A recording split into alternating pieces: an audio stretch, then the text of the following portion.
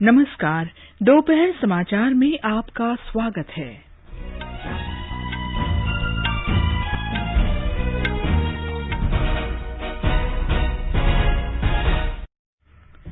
प्रधानमंत्री नरेंद्र मोदी आज दोपहर बाद ग्लासगो में COP26 पर विश्व नेताओं के सम्मेलन में शामिल होंगे।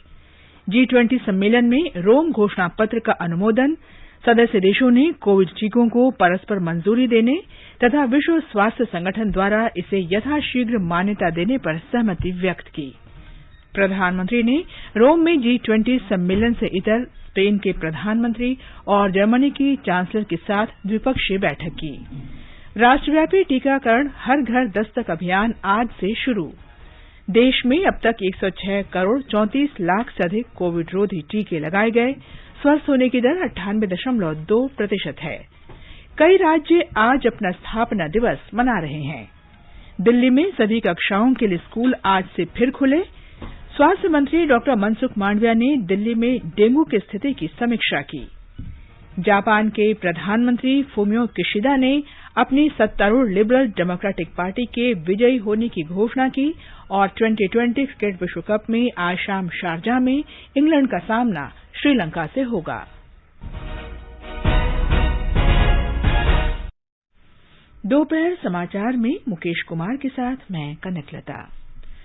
देश ने कोविड टीकाकरण अभियान के अंतर्गत 100 करोड़ टीके लगाने का लक्ष्य हासिल कर इतिहास रच दिया है। इस महत्वपूर्ण कार्य में योगदान करने वाले चिकित्सकों, नर्सों और अन्य स्वास्थ्यकर्मियों का आकाशवाणी अभिनंदन करता है। इसके साथ ही हम आपको सतर्क भी करना चाहते हैं कि कोविड अभी समाप्त नहीं हुआ है। आप सभी से हमारी अपील है कि यथाशीघ्र दोनों टीके लगवाएं और अन्य लोगों को भी टीके लगवाने के लिए प्रेरित करें। त्योहारों के समय कृपया 3 आसान उपायों का पालन अवश्य करें। मास्क लगाएं, 2 गज की सुरक्षित दूरी बनाए रखें, हाथ और चेहरा साफ रखें। कोविड से संबंधित कोई भी जानकारी और मार्गदर्शन के लिए राष्ट्रीय हेल्पलाइन नंबर 011-2397-8046 और 1075 पर संपर्क करें। देश के 75वें स्वाधीनता दिवस समारोहों के उपलक्ष्य में आजादी का अमृत महोत्सव के अंतर्गत सरकार अनेक गतिविधियों का आयोजन कर रही है। इस अवसर को जन उत्सव के रूप में मनाते हुए आकाशवाणी समाचार ने स्वाधीनता संग्राम और उसके गौरवशाली इतिहास पर विशेष क्विज कार्यक्रम शुरू किया है। ये क्विज 15 अगस्त 2022 तक प्रत्येक सोमवार और मंगलवार को समाचार प्रभात में शामिल होगा। भारतीय डाक विभाग अमृत महोत्सव क्विज में आकाशवाणी के साथ सहयोग के रूप में शामिल है। अमृत महोत्सव क्विज का 23वां प्रश्न है, भारत का राष्ट्रीय जलीय जीव कौन सा है? प्रश्न एक बार फिर सुन लें, भारत का राष्ट्रीय जलीय जीव कौन सा है? श्रोता अपने उत्तर व्हाट्सएप नंबर 8826546262 पर भेज सकते हैं या हमें इस पते पर ईमेल कर सकते हैं amritmahotsav@prasarbharati.gov.in। ईमेल पता एक बार फिर सुन लें, amritmahotsav@prasarbharati.gov.in। एक भाग्यशाली प्रतिभागी को विजेता चुना जाएगा और कल के समाचार प्रभात में उनके नाम की घोषणा की जाएगी। विजेता को प्रमाण पत्र और प्रतीकात्मक पुरस्कार दिया जाएगा। और अब समाचार विस्तार से। प्रधानमंत्री नरेंद्र मोदी आज ग्लासगो में 26वें अंतर्राष्ट्रीय जलवायु परिवर्तन सम्मेलन COP26 में शामिल होंगे। ग्लासगो के एक होटल में भारतीय समुदाय ने श्री मोदी का गर्मजोशी से स्वागत किया।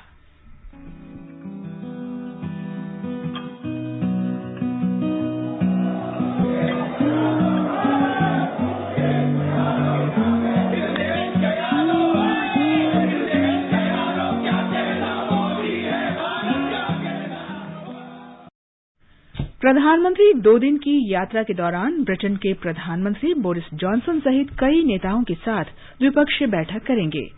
श्री मोदी ने ट्वीट कर कहा है कि वे जलवायु परिवर्तन की गति को कम करने के लिए विश्व नेताओं के साथ मिलकर काम करने और इस दिशा में भारत के प्रयासों की अभिव्यक्ति के प्रति उत्सुक हैं।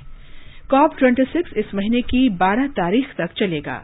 इस दौरान 100 से अधिक मुद्दों पर चर्चा की जाएगी। COP26 का उच्च स्तरीय सत्र आज और कल आयोजित किया जा रहा है। इसमें 120 से अधिक देशों के राष्ट्राध्यक्ष और शासनाध्यक्ष भाग ले रहे हैं। COP26 समझौते से संबद्ध देश पेरिस समझौता क्रियान्वयन दिशा निर्देशों को अंतिम रूप देने का प्रयास करेंगे। इसमें जलवायु कार्य योजना के लिए धन जुटाने, प्रौद्योगिकी विकास तथा हस्तांतरण और धरती के तापमान में वृद्धि को सीमित करने संबंधी पेरिस समझौते के लक्ष्य हासिल करने के उपायों पर भी विचार किया जाएगा। संयुक्त राष्ट्र जलवायु परिवर्तन संधि में शामिल देशों के समय समय पर होने वाले सम्मेलन स्थिति की समीक्षा और भावी उपायों पर विचार विमर्श का अवसर प्रदान करते हैं। ग्लासगो से हमारे साथ फोन लाइन पर मौजूद हैं हमारे संवाददाता दिवाकर, और जानकारी के लिए उनसे बातचीत करते हैं। दिवाकर, ये बताएं कि ये शिखर सम्मेलन कितना महत्वपूर्ण है और जलवायु परिवर्तन के मुद्दे पर भारत का क्या रुख होगा? जी कनक, पिछले 3 दशकों में संयुक्त राष्ट्र इस वैश्विक सम्मेलन के माध्यम से विश्व के देशों को जलवायु परिवर्तन पर इकट्ठा करता आ रहा है और यह शिखर सम्मेलन इस मुद्दे पर स्थिति की समीक्षा और आगे की राह तय करने में महत्वपूर्ण भूमिका निभाता है। वर्ष 2015 में पेरिस में आयोजित इस सम्मेलन में प्रधानमंत्री नरेंद्र मोदी ने हिस्सा लिया था, जहां जलवायु परिवर्तन का मुकाबला करने के लिए पेरिस समझौता हुआ था और 2021 इस समझौते को लागू करने की शुरुआत का वर्ष है। बात भारत की करें तो इसने समझौते के तहत राष्ट्रीय स्तर पर निर्धारित योगदान का जो लक्ष्य तय किया गया था उसे पूरा कर लिया है और इस साल सम्मेलन में नई दिल्ली के द्वारा जो है भारत के द्वारा जो है जलवायु वित्तीयन और प्रौद्योगिकी के हस्तांतरण जैसे मुद्दों को प्रमुखता से उठाया जाएगा। नई दिल्ली द्वारा कार्बन उत्सर्जन को कम करने के विषय पर भी जोर दिए जाने की संभावना है। कनक दिवाकर, COP26 में आज का एजेंडा क्या है और प्रधानमंत्री के कार्यक्रमों के बारे में भी हमें बताइए। कनक, आज COP26 का उद्घाटन समारोह होगा, जहां प्रधानमंत्री नरेंद्र मोदी सहित विश्व के नेता शिरकत करेंगे। प्रधानमंत्री का राष्ट्रों के वक्तव्य के सत्र में संबोधन भी होगा। इसके अलावा श्री मोदी का ब्रिटिश प्रधानमंत्री बोरिस जॉनसन के साथ द्विपक्षीय वार्ता का भी कार्यक्रम है और इन सब से पहले श्री मोदी कुछ समुदाय के लोगों से भी यहां ग्लासगो में मुलाकात करेंगे। कनक, जानकारी के लिए धन्यवाद दिवाकर। आकाशवाणी समाचार के साथ विशेष बातचीत में पर्यावरणविद डॉक्टर C.K. वार्ष्णेय ने कार्बन उत्सर्जन के बारे में COP26 में भारत के रुख के बारे में बताया।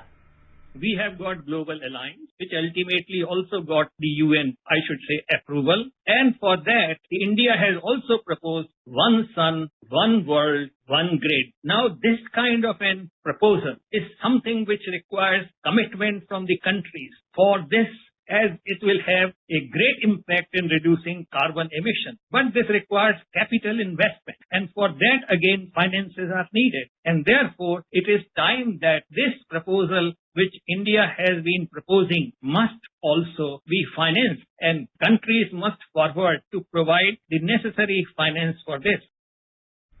भारतीय सतत विकास संस्थान और कार्बन माइनस इंडिया के महानिदेशक डॉक्टर श्रीकांत पाणिग्रही ने जलवायु परिवर्तन के मुद्दे पर भारत की भूमिका के बारे में जानकारी दी।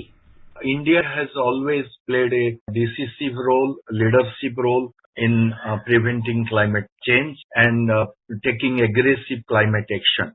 Historic data of the India, whatever India has committed, India has already done so far. And India is ahead than many countries, and the global estimation report has appreciated India's leadership drive and achievement, particularly the target of 175 gigawatt of renewable energy by 2022 and 100 gigawatt out of which is solar energy. And India is quite ahead than its target. Conference of parties COP जलवायु परिवर्तन के बारे में संयुक्त राष्ट्र कार्य योजना सम्मेलन के अंतर्गत एक वार्षिक अधिवेशन है। संयुक्त राष्ट्र कार्य योजना सम्मेलन वैश्विक समझौता है जिस पर 1992 में हस्ताक्षर किए गए थे। इसका लक्ष्य जलवायु परिवर्तन की तेज रफ्तार को कम करना है। समझौते पर 197 देशों ने हस्ताक्षर किए हैं। COP का प्रमुख कार्य सदस्यों द्वारा उत्सर्जन के बारे में प्रस्तुत की गई कार्य योजनाओं और निर्धारित लक्ष्यों की समीक्षा करना है। कॉप का पहला सम्मेलन मार्च 1995 में बर्लिन में आयोजित किया गया था। इसकी 26वीं कड़ी आज आयोजित होने जा रही है। इसे 2020 में कोविड की वजह से स्थगित कर दिया गया था। संयुक्त राष्ट्र जलवायु परिवर्तन संधि में शामिल देशों के शिखर सम्मेलन कॉप 26 के सिलसिले में आकाशवाणी विशेष श्रृंखला कॉप 26 एक्सप्लेनर का प्रसारण कर रहा है। इसके अंतर्गत 12 नवंबर तक हम संबंधित विषयों पर चर्चा करेंगे। आज हम बात कर रहे हैं क्लाइमेट जस्टिस यानी जलवायु न्याय की। ये विषय जलवायु परिवर्तन की रोकथाम के प्रयासों में समानता पर ध्यान केंद्रित करता है। जलवायु न्याय समान विकास, मानवाधिकार और साझा राजनीतिक मत के लिए एक मंच तैयार करता है। ये विकास में असमानता को कम कर जलवायु परिवर्तन की समस्या से निपटने और राष्ट्रीय सीमाओं से परे पूरे विश्व के हित के लिए आवश्यक उपायों को महत्व देता है। जलवायु न्याय मानव केंद्रित उपाय और सर्वाधिक संवेदनशील लोगों के अधिकारों की सुरक्षा के लिए मानवाधिकारों और विकास को जोड़ता है। G20 देशों ने रोम घोषणा का अनुमोदन कर दिया है। समूह के सदस्य देशों ने कोविड वैक्सीन की परस्पर मान्यता, वैक्सीन की जल्द मंजूरी के लिए विश्व स्वास्थ्य संगठन को सशक्त बनाने और विकासशील देशों के लिए इस वर्ष दिसंबर तक ऋण भुगतान रोकने पर सहमति व्यक्त की।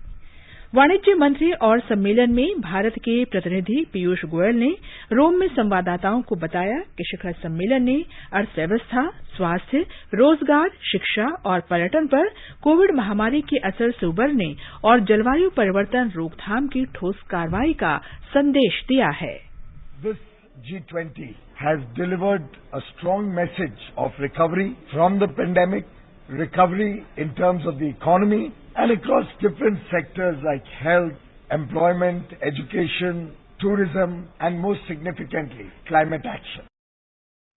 श्री गोयल ने कहा कि भारत की नेतृत्व भूमिका में विकासशील देशों का अधिकांश एजेंडा रोम घोषणा पत्र में शामिल किया गया है।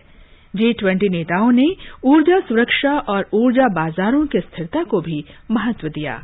ब्यौरा हमारे संवाददाता से।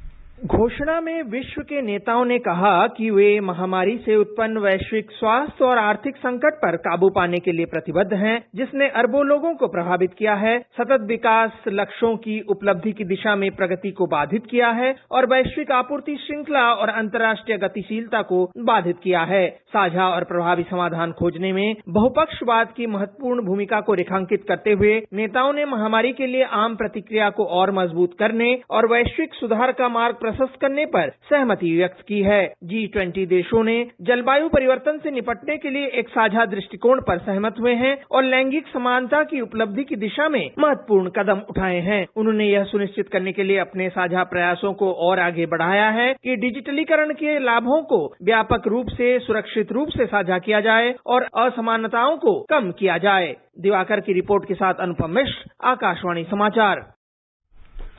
प्रधानमंत्री ने रोम में G20 शिखर सम्मेलन से अलग कल स्पेन के प्रधानमंत्री पेड्रो सांचेज से भेंट की। दोनों नेताओं ने द्विपक्षीय संबंधों को सुदृढ़ करने पर विचार किया। दोनों देश व्यापार, ऊर्जा, नवाचार और कई अन्य क्षेत्रों में व्यापक सहयोग कर रहे हैं। श्री मोदी ने स्पेन को भारत में हरित हाइड्रोजन, आधारभूत ढांचा और रक्षा निर्माण सहित विभिन्न क्षेत्रों में निवेश के लिए आमंत्रित किया। श्री मोदी ने कल जर्मनी की चांसलर एंगेला मर्केल से मुलाकात की। दोनों नेताओं ने द्विपक्षीय संबंधों पर बातचीत की और कार्यनीतिक भागीदारी बनाए रखने की प्रतिबद्धता व्यक्त की। ये समाचार हमारी वेबसाइट newsonair.com/hindi और हमारे mobile app news on AIR पर भी उपलब्ध हैं।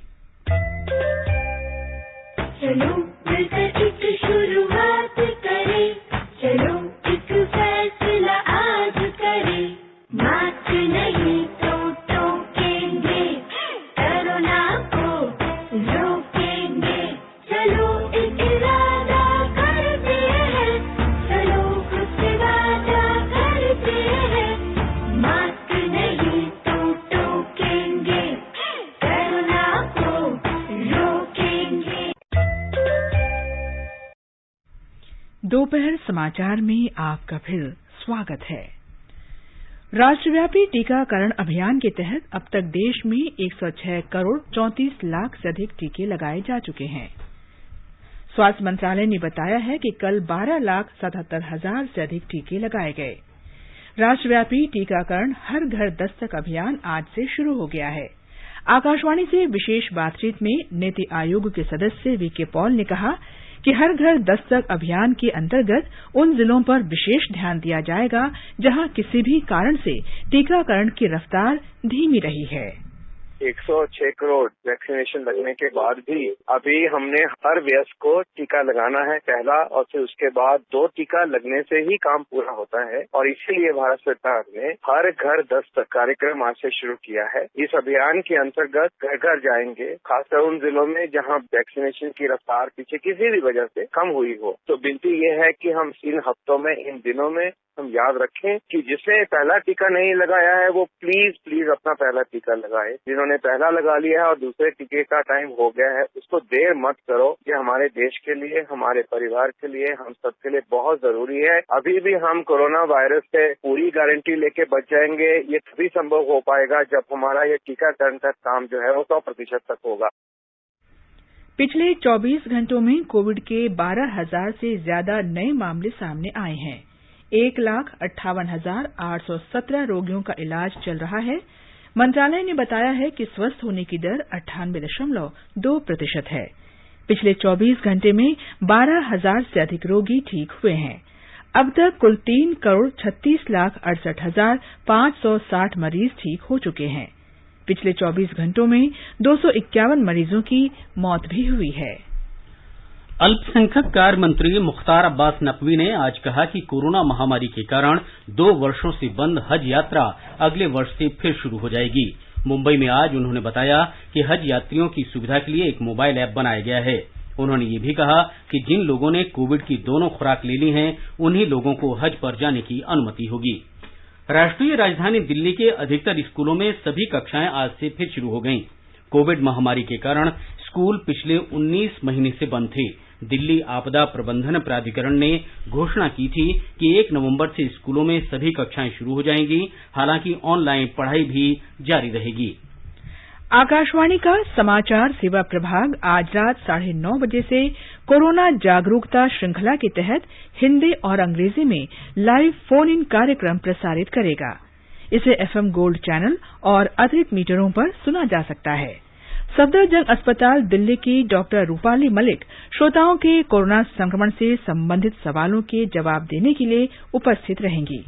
श्रोता हमारे विशेषज्ञ से टोल फ्री नंबर 1800-115767 और टेलीफोन नंबर 011-2331-4444 पर प्रश्न पूछ सकते हैं। हमारे ट्विटर हैंडल @AIRNewsAlerts #AskAIR पर भी सवाल पोस्ट किए जा सकते हैं। कोविड संबंधी राष्ट्रीय हेल्पलाइन नंबर हमारी वेबसाइट newsonair.gov.in पर उपलब्ध हैं।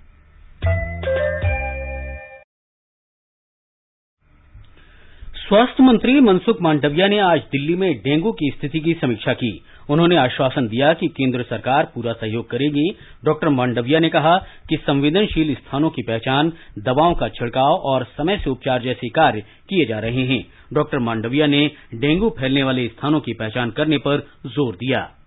आगे बढ़ने से पहले मुख्य समाचारों पर एक नजर। प्रधानमंत्री नरेंद्र मोदी आज दोपहर बाद ग्लासगो में COP26 पर विश्व नेताओं के सम्मेलन में शामिल होंगे। G20 सम्मेलन में रोम घोषणा पत्र का अनुमोदन। प्रधानमंत्री ने रोम में G20 सम्मेलन से अलग स्पेन के प्रधानमंत्री और जर्मनी की चांसलर के साथ द्विपक्षीय बैठक की। राष्ट्रव्यापी कोविड टीकाकरण हर घर दस्तक अभियान आज से शुरू। देश में अब तक 106 करोड़ 34 लाख से अधिक कोविड टीके लगाए गए। कई राज्य आज अपना स्थापना दिवस मना रहे हैं। स्वास्थ्य मंत्री डॉक्टर मनसुख मांडविया ने दिल्ली में डेंगू की स्थिति की समीक्षा की। जापान के प्रधानमंत्री फुमियो किशिदा ने अपनी सत्तारूढ़ लिबरल डेमोक्रेटिक पार्टी के विजयी होने की घोषणा की और 2020 क्रिकेट विश्व कप में आज शाम शारजाह में इंग्लैंड का सामना श्रीलंका से होगा। कई राज्य और केंद्र शासित प्रदेश आज अपना स्थापना दिवस मना रहे हैं। इस अवसर पर राष्ट्रपति रामनाथ कोविंद, उपराष्ट्रपति एम वेंकैया नायडू और प्रधानमंत्री नरेंद्र मोदी ने आंध्र प्रदेश, छत्तीसगढ़, हरियाणा, मध्य प्रदेश, पंजाब, केरल, कर्नाटक, केंद्र शासित प्रदेश अंडमान निकोबार, लक्षद्वीप और पुद्दुचेरी के निवासियों को बधाई दी है। एक ट्वीट में राष्ट्रपति ने इन राज्यों और केंद्र शासित प्रदेशों के नागरिकों के उज्जवल भविष्य की कामना की है। उपराष्ट्रपति ने एक ट्वीट में कहा कि इन राज्यों और केंद्र शासित प्रदेशों ने अपनी उपलब्धियों से देश को गौरवान्वित किया है। प्रधानमंत्री ने लोगों की खुशहाली, बेहतर स्वास्थ्य और सफलता की कामना की है। जापान के प्रधानमंत्री फुमियो किशिदा ने सत्ताधारी लिबरल डेमोक्रेटिक पार्टी एलडीपी के विजयी होने की घोषणा की है। ये श्री किशिदा के लिए एक बड़ी जीत है। वे 1 महीने पहले ही प्रधानमंत्री बने हैं। उनकी पार्टी ने निचली सदन की 233 से अधिक सीटें जीत ली हैं। इस प्रकार उन्हें अपने गठबंधन की कोमिदो पार्टी के सहयोग की आवश्यकता नहीं है। T20 विश्व कप में आज शारजाह में शाम 7:30 बजे श्रीलंका का मुकाबला इंग्लैंड से होगा। इससे पहले दुबई में कल रात भारत को लगातार दूसरी हार का सामना करना पड़ा। आकाशवाणी विश्व कप मैचों का आंखों देखा हाल प्रसारित कर रहा है। ये समाचार आकाशवाणी से प्रसारित किए जा रहे हैं। ताजा समाचार जानने के लिए आप हमारी Twitter handle @AIR News Hindi को फॉलो कर सकते हैं। ये आकाशवाणी है। आकाशवाणी समाचार की विशेष प्रस्तुति धरोहर में स्वतंत्रता आंदोलन के उन भाषणों, नारों और कविताओं से नई पीढ़ी को परिचित कराया जाता है जिन्होंने आजादी के दीवानों में उत्साह का संचार किया था। आज हम धरोहर में बात कर रहे हैं भारत कोकिला सरोजिनी नायडू की। धरोहर प्रत्येक सोमवार शाम 4:45 बजे परिक्रमा कार्यक्रम में प्रसारित किया जाता है।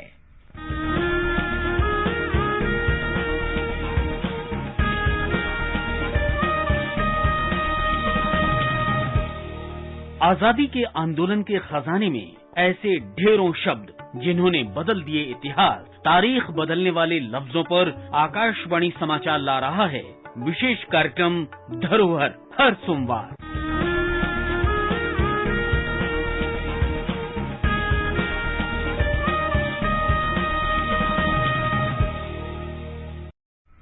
आजादी का अमृत महोत्सव के अंतर्गत आइए अब सुनते हैं आकाशवाणी की विशेष प्रस्तुति आजादी का सफर।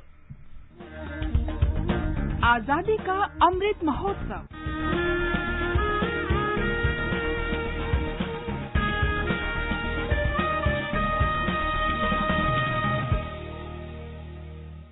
आजादी का सफर आकाशवाणी के साथ।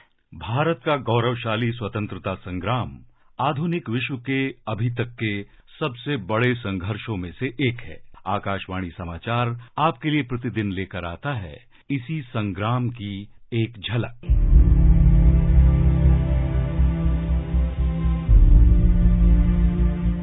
1 नवंबर का दिन भारतीय स्वाधीनता आंदोलन के इतिहास में बेहद अहम है।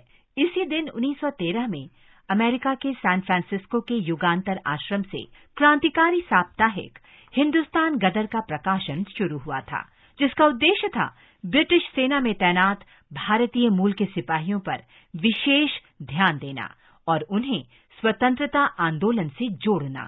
ये साप्ताहिक पहली बार उर्दू में प्रकाशित किया गया।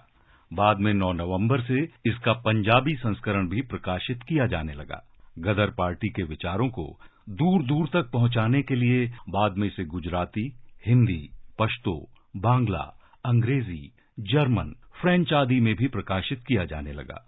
पहले इसके अंक हस्तलिखित होते थे, बाद में इसे छोटे हैंड प्रेस के जरिए छापा जाने लगा। उन्हीं दिनों भारतीय प्रेस पर ब्रिटिश सरकार दबाव बनाने के लिए तमाम हथकंडे अपना रही थी। उस दौरान ये साप्ताहिक ब्रिटिश प्रचार का मुकाबला करने वाले महत्वपूर्ण प्रकाशन के रूप में उभरा।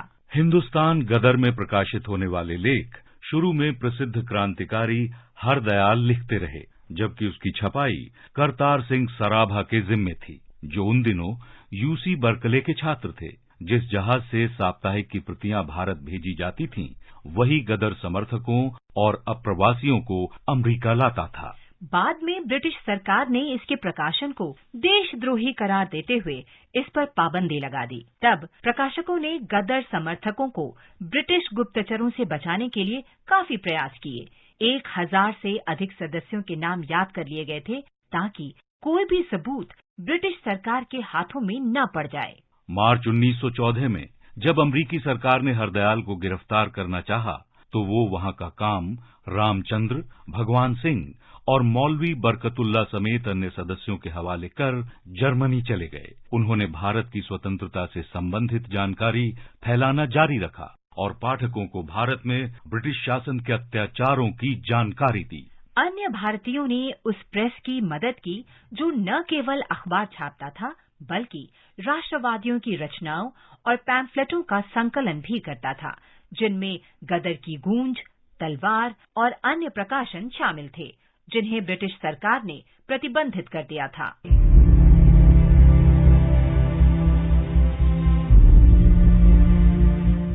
आज ही के दिन 1954 में केंद्र शासित प्रदेश पुदुचेरी फ्रांसीसी उपनिवेशवाद से मुक्त हुआ था। 15 अगस्त 1947 को स्वतंत्र होने के बाद भारत ने पौंडीचेरी के भारतीय संघ में एकीकरण का आह्वान किया।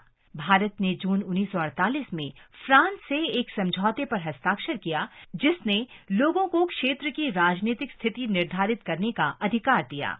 हालांकि अक्टूबर 1948 में पौंडीचेरी, कराईकल और यनम के नगरपालिका चुनावों में एक को छोड़कर सभी नगरपालिकाओं में फ्रांसीसी समर्थक समूह फ्रेंच इंडिया सोशलिस्ट पार्टी के प्रतिनिधि निर्वाचित हुए। नए पार्षदों ने एक बैठक में फ्रांसीसी सरकार द्वारा दी गई स्वायत्तता को स्वीकार कर लिया। हालांकि मार्च 1954 में कार्यकारी परिषद के सदस्यों, पौंडीचेरी के महापौरों और आसपास के 7 कम्यूनों ने जनमत संग्रह के बिना भारत में विलय के अपने निर्णय की घोषणा की। कराईकल में सभी समुदायों ने भी इसका अनुसरण किया। इसके बाद फ्रांसीसी प्रशासन ने सीमावर्ती गांव किजूर में जनमत संग्रह कराया ताकि लोगों के मत को जाना जा सके। 18 अक्टूबर 1954 को नगर निगम के पार्षदों और विधानसभा के सदस्यों ने भारत में विलय के पक्ष में अपना फैसला सुनाया। भारत में 4 शेष फ्रांसीसी बस्तियों के वास्तविक हस्तांतरण के समझौते पर 21 अक्टूबर 1954 को हस्ताक्षर किए गए थे और ये 1 नवंबर 1954 से लागू हुआ। फ्रांस और भारत ने एक संधि की, जिससे फ्रांसीसी प्रतिष्ठान पौंडीचेरी, कराईकल, माहे और यनम भारतीय संघ में शामिल हो गए। इसके साथ ही आजादी का सफर आकाशवाणी समाचार के संग श्रृंखला का ये अंक समाप्त हुआ। मिलते हैं अगली कड़ी में।